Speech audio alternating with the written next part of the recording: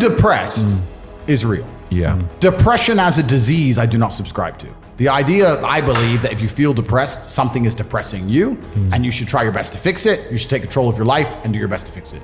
The idea, but they don't say that. They don't talk that. They say depression like it's this magic thing that comes out the sky and it gets in your brain, you're sad no matter what, and there's nothing you can do about it, and you need to only take pills. And I think that's a very bad way to look at the world, and that's a bad idea to subscribe to. And if you start to feel depressed, let's say your girl leaves you and you start to feel depressed, but you believe in the idea of depression, you're now going to start diagnosing yourself as clinically depressed, self-hypnosing yourself into hypnotizing yourself into being clinically depressed. And it's amazing how you can speak things into existence. I cannot become depressed because I don't believe in it.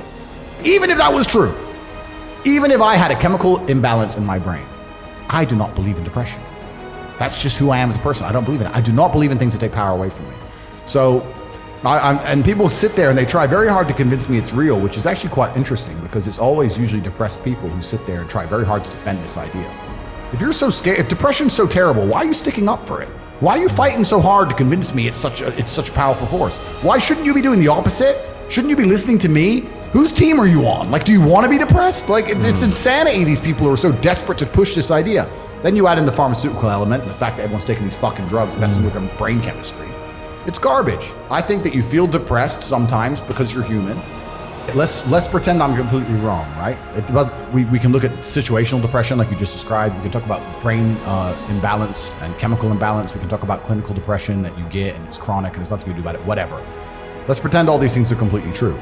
The best option, the best thing to do is still to get up, be an adult, control your emotions, be stoic, and do the things you're supposed to do day after day. Laying in bed and doing nothing is never going to be the best option. The best option is still to go to the gym, to work hard, to run your business, to be successful.